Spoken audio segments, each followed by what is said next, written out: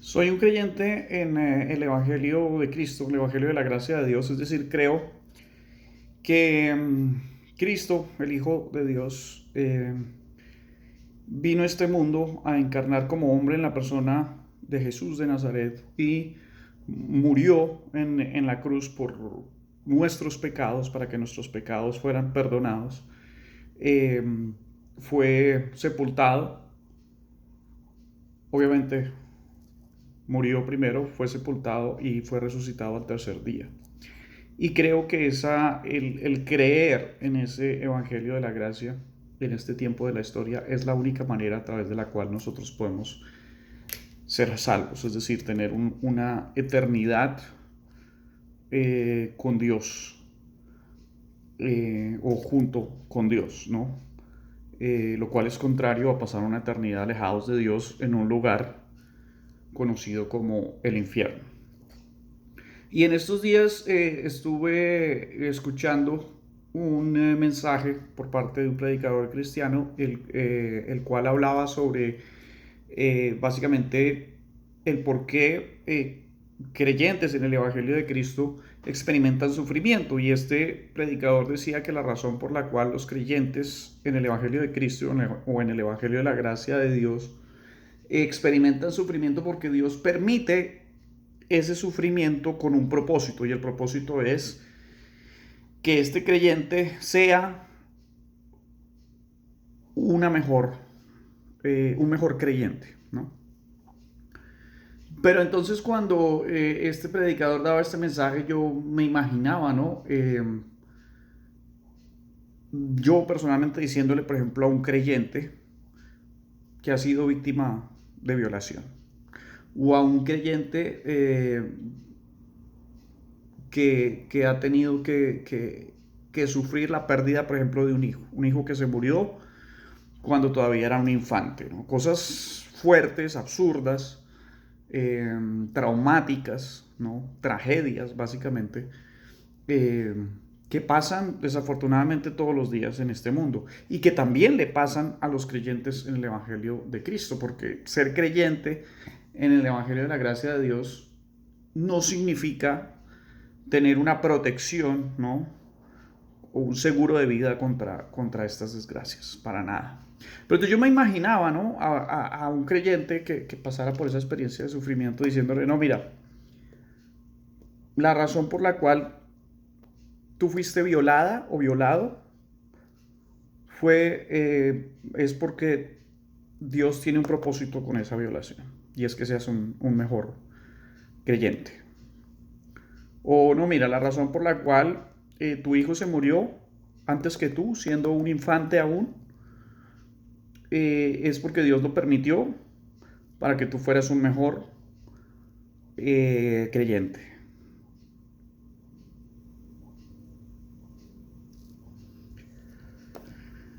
Sabemos pues que, o sea, cuando decimos básicamente que el Señor permite estas cosas, tragedias por decirlo así, estamos diciendo que Dios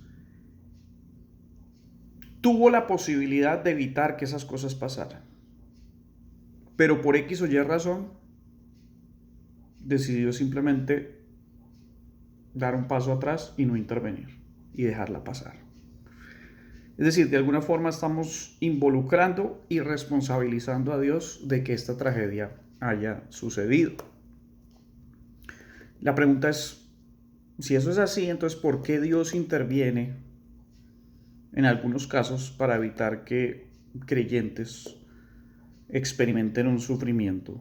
¿Y por qué en otros casos no interviene? Porque un creyente, por ejemplo, contrae cáncer y otro creyente en Cristo no contrae cáncer. O porque un creyente en Cristo que contrae cáncer sobrevive al cáncer y otro creyente en Cristo que contrae cáncer se muere de cáncer. Eh, y si vamos, podemos decir, no, pues seguramente era porque el creyente que contrajo el cáncer, por ejemplo, eh, no era tan buen creyente como el que no contrajo el cáncer y necesitaba esa prueba para poder evolucionar, ¿no? Eh, pero ¿cómo determinamos que esa persona era un mejor creyente que el que no contrajo cáncer? ¿Será por sus obras? Así tenía mejoras obras, un mejor comportamiento. Eh, pero la palabra nos dice en Romanos 6 que nosotros ya no estamos bajo la ley, sino bajo la gracia. Es decir, que Dios no nos juzga, no juzga o no nos condena teniendo en cuenta nuestras obras. No nos trata conforme a nuestras obras, mucho menos conforme a nuestros pecados. Porque precisamente Cristo murió por esos pecados. Entonces podemos decir, no, probablemente esa persona tenía más fe, ¿no? La persona que no contrajo el cáncer tenía más fe que la persona que sí terminó teniendo cáncer, el creyente que sí tenía cáncer. Pero vemos cosas, por ejemplo, tan palpables y tan recientes como la misma pandemia. Durante la pandemia vimos que creyentes en Cristo que contrajeron el virus del COVID se murieron por causa del virus. Mientras que personas que no eran creyentes, que también pasaron eh, por el contagio del virus y que estuvieron muy mal y que inclusive fueron hospitalizadas teniendo riesgo de muerte, sobrevivieron al COVID. Entonces no podemos decir que tampoco el hecho de que en ese caso específico Dios intervino para salvar al no creyente y no intervino para salvar al creyente, entonces quiere decir que era por fe, porque si la cuestión fuera por fe, entonces Dios hubiera intervenido en el caso del creyente y no hubiera dejado que se hubiera muerto del COVID. O hubiese dejado que la persona no creyente hubiese muerto por causa del COVID. Entonces, realmente cuando tratamos el tema del sufrimiento y que Dios interviene en algunos casos o en otros, tenemos que ser muy cuidadosos porque cuando decimos que Dios permite algo es porque también tuvo la posibilidad de evitar ese algo, ese sufrimiento. Y si interviene en unos casos y en otros no, en el caso específico de creyentes en el Evangelio de Cristo, estamos diciendo entonces que Dios es injusto, porque en unos casos interviene para bien y en otros casos no. Eh, es decir, Dios estaría mostrando favoritismos. Pero hay esta necesidad en gran parte de la cultura cristiana de involucrar a Dios en todo y de responsabilizarlo por todo, aún por el sufrimiento. Y eso es algo que de pronto está basado en la idea, ¿no? En cosas como, por ejemplo, clichés que dicen algunos cristianos, como por ejemplo, no, es que no se cae la hoja de un árbol sin que Dios lo permita.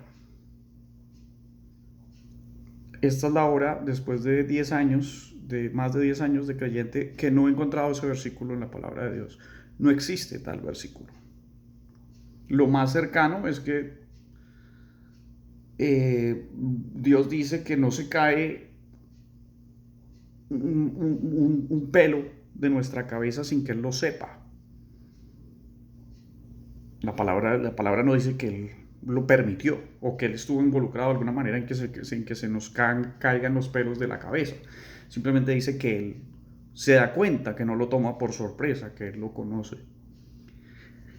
Pero no hay una enseñanza bíblica que diga, hombre, Dios interviene en todo y todo se mueve eh, dependiendo de si Dios lo permite o no.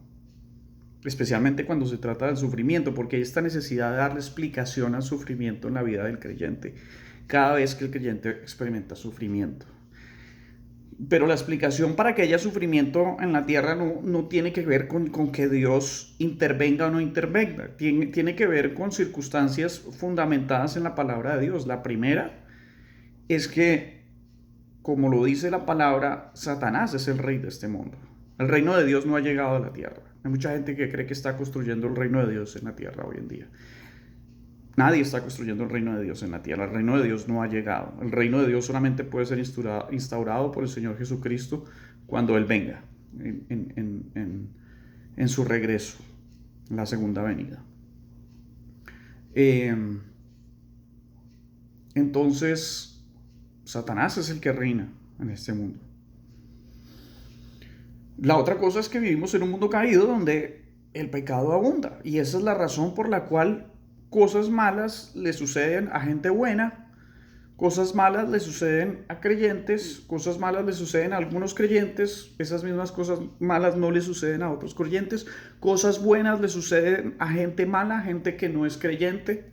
Cuando digo buena o mala es entre comillas, sabemos que la palabra dice que no hay ninguno bueno, pero digamos que bajo los estándares mundanos podría considerarse buenas, unos buenos y otros malos.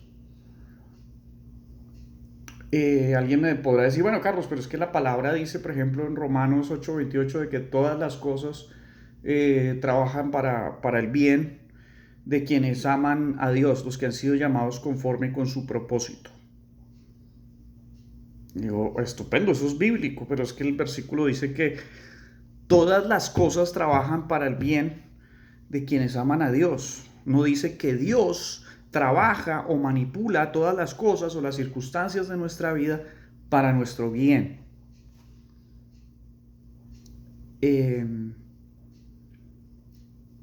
Dios no está hoy en día manipulando las circunstancias de nuestra vida, evitando que nos pasen cosas buenas o malas, porque Él planea, por ejemplo, el sufrimiento, es parte de su plan de que se cumpla el propósito de nuestra vida, que sabemos que el propósito de nuestra vida es que seamos conformados a la imagen de Cristo, es decir, que se construya el carácter de Cristo en nuestro interior. Él no planea el sufrimiento. Otra cosa muy diferente es que Él trabaja en nosotros aún en medio de esas circunstancias de sufrimiento. Eso es un hecho. Es más, cuando miramos el contexto de ese pasaje, donde se dice que todas las cosas trabajan para el bien de los que aman a Dios, los que han sido llamados conforme con su propósito, estamos viendo cómo en ese pasaje Pablo está hablando de la manera como el Espíritu Santo trabaja en nuestras vidas y básicamente está mostrándonos las funciones que tiene el Espíritu Santo.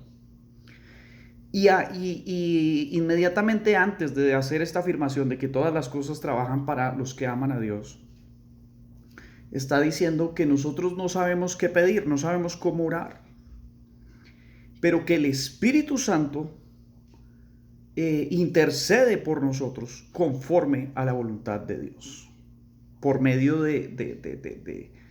de sonidos que no se pueden entender. De hecho, que son inaudibles.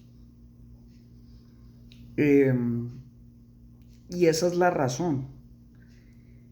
Que en nuestras experiencias de Dios no causa el sufrimiento o no permite que suceda sufrimiento en nuestra vida con el propósito de Él, por medio de la manipulación de las circunstancias adversas en nuestra vida, se genere un mejor creyente. No. Lo que Dios hace es, en medio de esas circunstancias de sufrimiento, Él interviene por medio del Espíritu Santo en nosotros para que el Espíritu Santo interceda por nosotros delante de Él y pida las cosas que realmente necesitamos, las que son conformes a la voluntad de Dios. Quería dejar esta reflexión. Si les parece que tiene sentido, compártanlas. Pero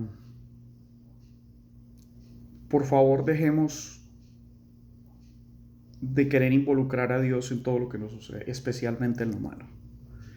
porque que Dios sea Dios no significa que Él está micro gerenciando cada cosa que sucede en nuestras vidas. Eh, sí, Dios tiene propósitos claros para con la humanidad en general, para con el pueblo de Israel, para con el pueblo de Cristo, eh, pero Él no está eh, permitiendo, manejando cada cosa que pasa en nuestra vida. Un abrazo, gracias, bendiciones, bye.